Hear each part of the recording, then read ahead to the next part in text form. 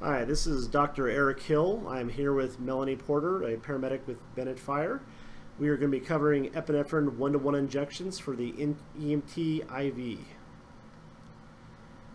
So our goals of this presentation is to cover epinephrine one-to-one, what is it and when should it be used, and to go over safe practices for properly drawing up the medication and giving an intramuscular injection.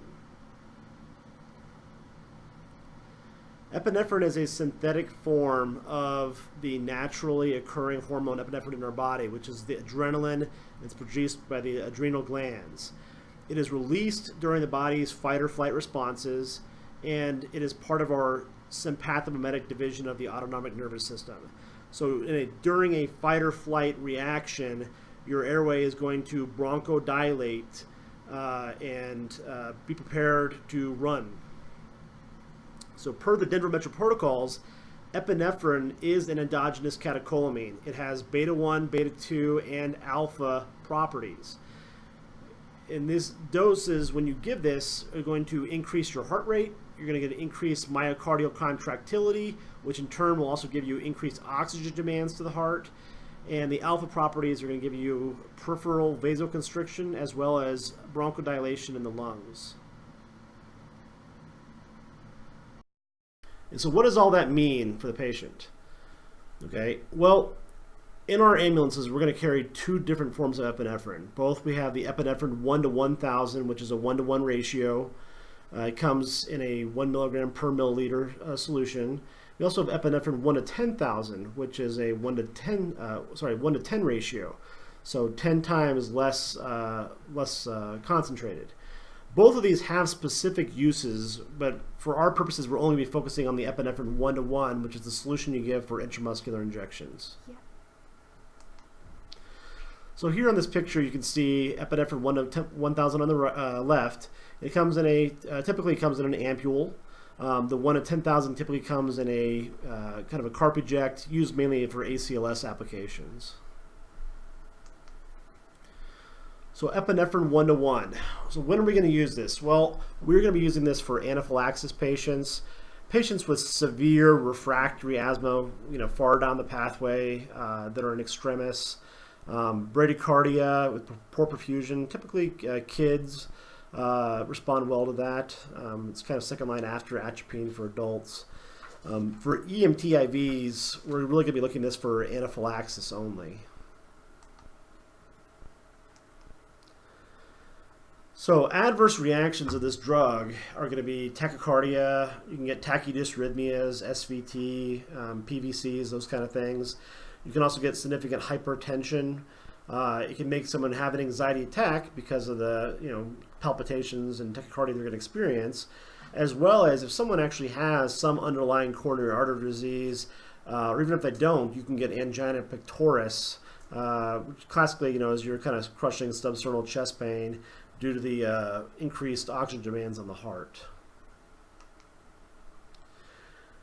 One precaution of this is it should not be given with a drug like sodium bicarbonate intravenously, because the sodium bicarbonate will actually deactivate the drug. In an intramuscular injection, that's not going to be happening because you should not be mixing it with anything. But if you were going it intravenously for any reason, that would be important.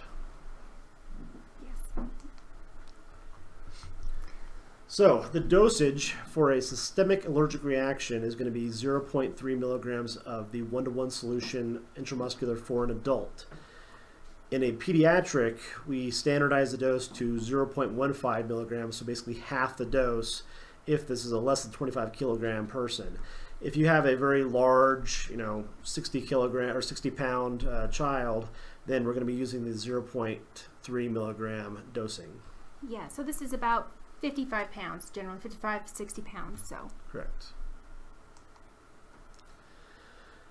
In an intramuscular injection, once you give it, you should see onset of your drug within about 3 to 5 minutes. And the duration can be anywhere from 1 to 4 hours, so quite variable. But the main part of that is that once you give the drug, it will take a few minutes to work, but you do need to get them to an emergency room because this drug typically will wear off before the allergic reaction is stabilized, so they do need to have more interventions from an emergency room.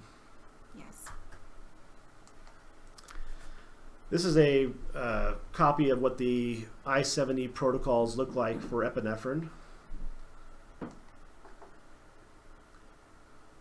As we mentioned before, epinephrine is a synthetic form of what the hormone we naturally produce, which is the adrenaline. And so we're giving a synthetic version of this drug, and it's going to induce a very similar type of reaction on the body. And when are we going to use it? Well, we're going to be using it for anaphylaxis for our EMT IVs, or if you have a really severe allergic reaction, tongue occlusion of the airway, retropharyngeal swelling. Those are the people that are, by definition, their airway compromise is our indication. So they can't breathe, their airway's swollen. Correct. This is what the allergy anaphylaxis protocol for I-70 protocol looks like. And what this is basically highlighting is that the EMT IVs can give this drug intramuscularly without the use of an auto-injector. Yes.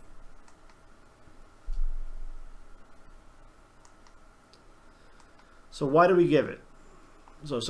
Why does it happen? Well, anaphylaxis, it's an overreaction of the body's immune system. So someone's got a sensitivity to a particular pathogen, they're exposed to it, there's all kinds of cell mediators that are released to the body, and there's an overproduction of that, and it creates this gigantic histamine response in the body. So someone has an allergy to bee stings, whereas someone who has no allergy, has a very local reaction. The body has an overproduced immune reaction to people for the bee sting, and they get all kinds of diffuse swelling, airway compromise, tongue swelling, hives, urticaria, etc.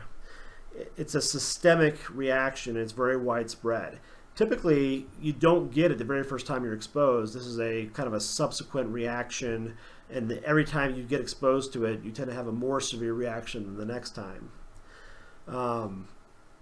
As I talked before, tachycardia and hypotension are common. They go into a shock type state, get hypoperfusion. You can easily get the bronchial swelling. You can get wheezing, stridor.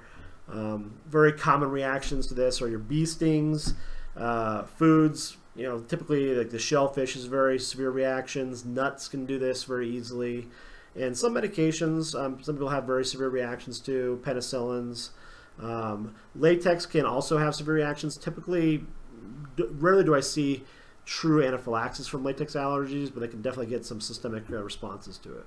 So Dr. Hill, we talk a lot about systemic allergic response here. What would a localized response be, so we know the difference? So local responses, typically, wherever the site of the contact was, you will see a more, you can see swelling, erythema to the area. You might see some localized kind of hives to that one particular spot. It can be tender to the touch. Commonly with big bee stings on the hands, the hand will kind of swell up, but it usually does not progress more than a few inches out from that.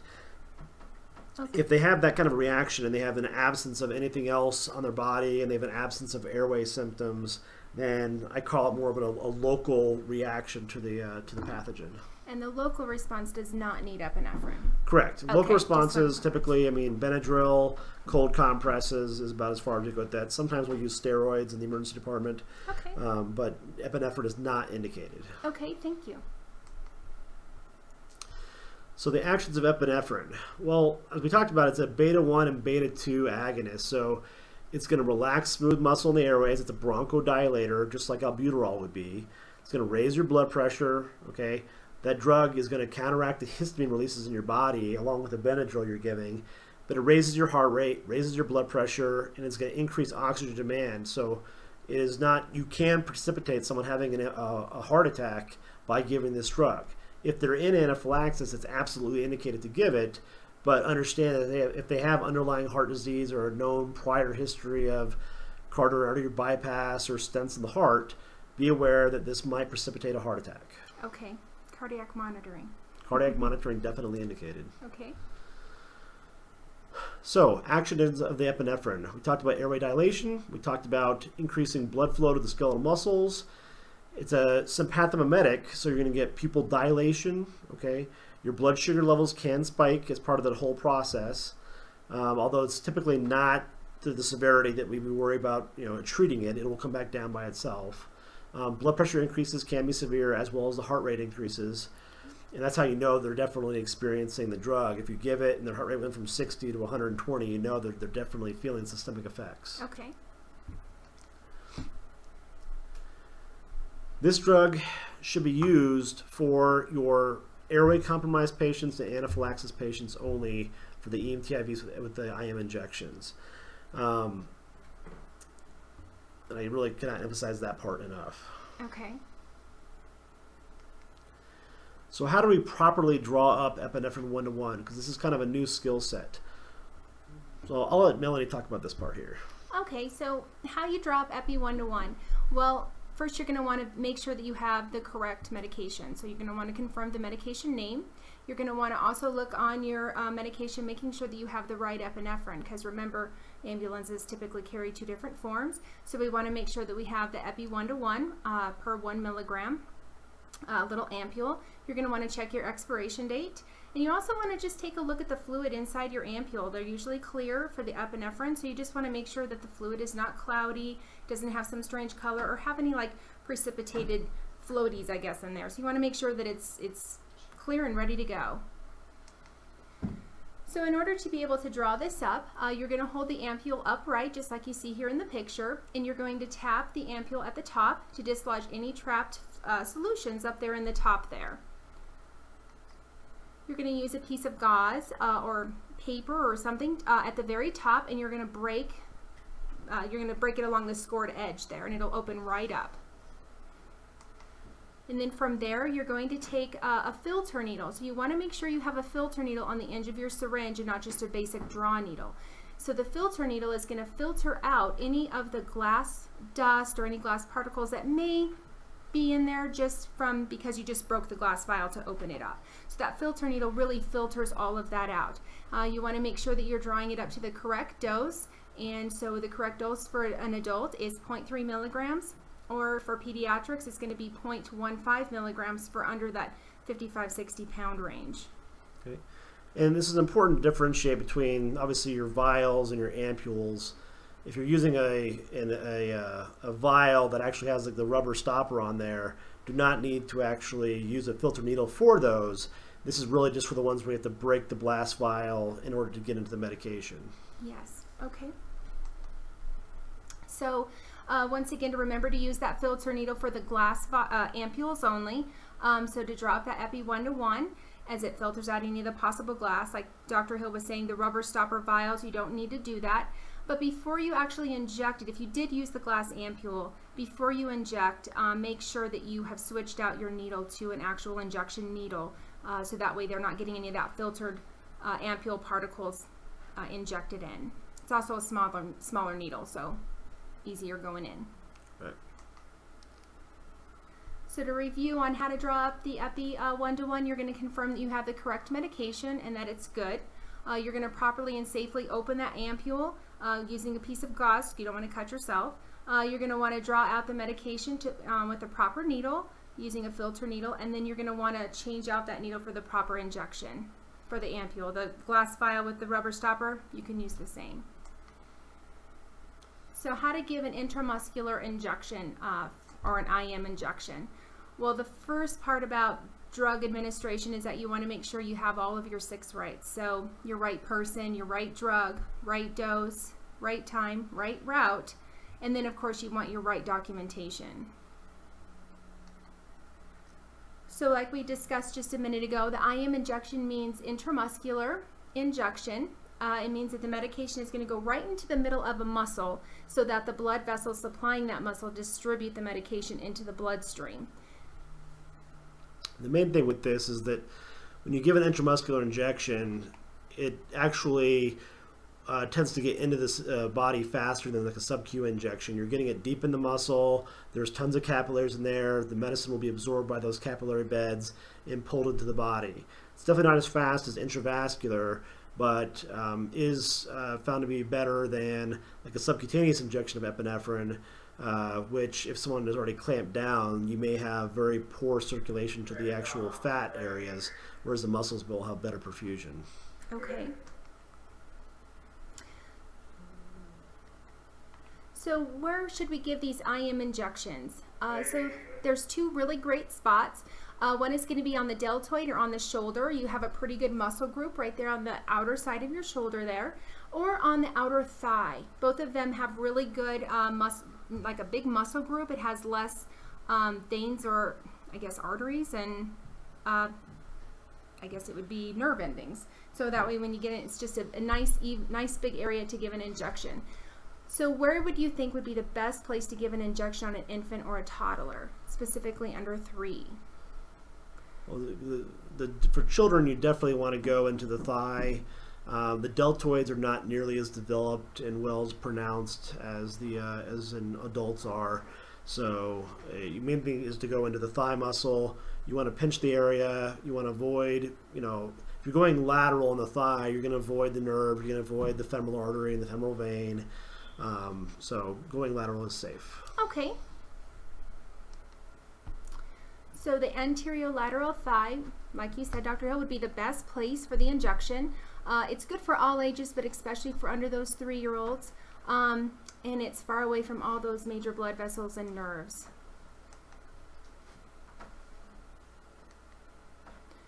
So steps to administer the IM injection. So you're going to want to prep the site with an antiseptic by scrubbing pretty much from the outside or from the inside out, letting it dry a little bit there. You're going to broadly hold the muscle. So you're not going to want to pinch the skin really tight, but you just kind of want to get a good hold on that muscle that you're going to inject. You want to hold your syringe like a dart, and you want to insert that needle at a 90-degree angle to the skin surface. And the reason you do this is because you want to get into that muscle group. You don't want to administer the medication into the sub-Q layer. So administer the medication at a steady rate. So you don't want to go too fast and you don't want to go too slow. Just a nice steady rate. And then you want to gently remove the needle just by pulling it straight back out. It's important too to remember when you pop it in the muscle, you should quickly aspirate. Make sure that you're not in a vessel of any kind. So once you pop it in, pull back real quick, make sure you don't get a return of blood flow, and then go ahead and inject your medication. Yes, good point. So properly discard your sharps in a sharps container. Always, always very important. And then you're going to want to cover that puncture site with a Band-Aid. And it also helps you remember. And then reassess your patient. Always, always reassess that patient. You're going to want to see how the work of breathing, is that injection working? Check their vital signs. You just want to see if what you had just done is working for them. So reassess your patient and document it. So documentation, when you first get on scene, before you give the injection, you're going to want to check their ABCs, their work of breathing, their vital signs, their lung sounds, get their skin signs also, and if their ability to speak. You're going to want to document all of that. You want to get them on high flow O2 with a non-rebreather, and then you're going to want to pull up your medication, the right dosage, the delivery site, the time of delivery, and then once you give the medication, you're going to want to document the response. So you're going to want to check their vital signs again, their work of breathing. If they had swelling, you're going to be wanting to document that. Check those lung sounds. Are those lungs doing okay? Skin changes in their ability to speak to you. Did it get worse? Did it get better? You want to document both sides of those responses.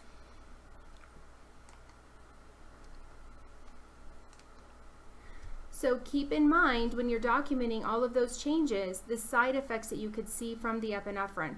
Remember, it is a fight or flight response similar to that. So you're going to have palpitations, tachycardia or dysrhythmia, hypertension, headache, tremors, weakness. Their skin changes. They can be pallor, white.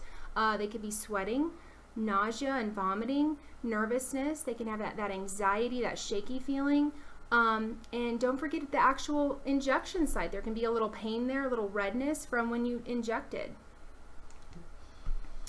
So epi is expected to cause the widespread changes in functions, and it's very important to reassess your patient every 5 minutes, keeping good documentation of the time when you're reassessing and all of your findings on that. So monitor and document and reassess for your heart rate, your blood pressure, your respiratory rate, their general appearance, and just their work of breathing, the lung sounds, their ability to speak. You want to really keep a close eye on all of that. Okay. So if you give this medication and you're transporting the patient in, and 20 minutes later they start having increased work of breathing and some kind of high-pitched respiratory sounds again, what is your options? Well, I would think that my options is we need another dose. Sure. So we need to make a call in to our biophone, to our medical director. We need to get an okay to be able to deliver that again. Correct. So review for the 6 rights. In order to administer, you want to make sure you go through your 6 rights of drug administration. Your IM injections go into the muscle, not the sub-Q layer, so don't forget about that 90-degree angle. The anterior lateral thigh is the best place for injection, especially for those under 3-year-olds. Properly administer the drug, and then of course document, very, very important. So if it doesn't work, just like Dr. Hill was saying, if there's no improvement, then consider that second dose. But if you're going to consider this, you need to make sure that you call the medical director first. You're going to want to talk to him about all the signs you're seeing, give the latest vitals. He's going to want to know everything up to that point. And then if they do get an okay, you're going to need to get the doctor's name and thorough documentation. That's very, very important. So a summary, epinephrine, we went over what it was and how it is supplied on the ambulances with the 2 different forms. Reassess and assess and document all your patient findings.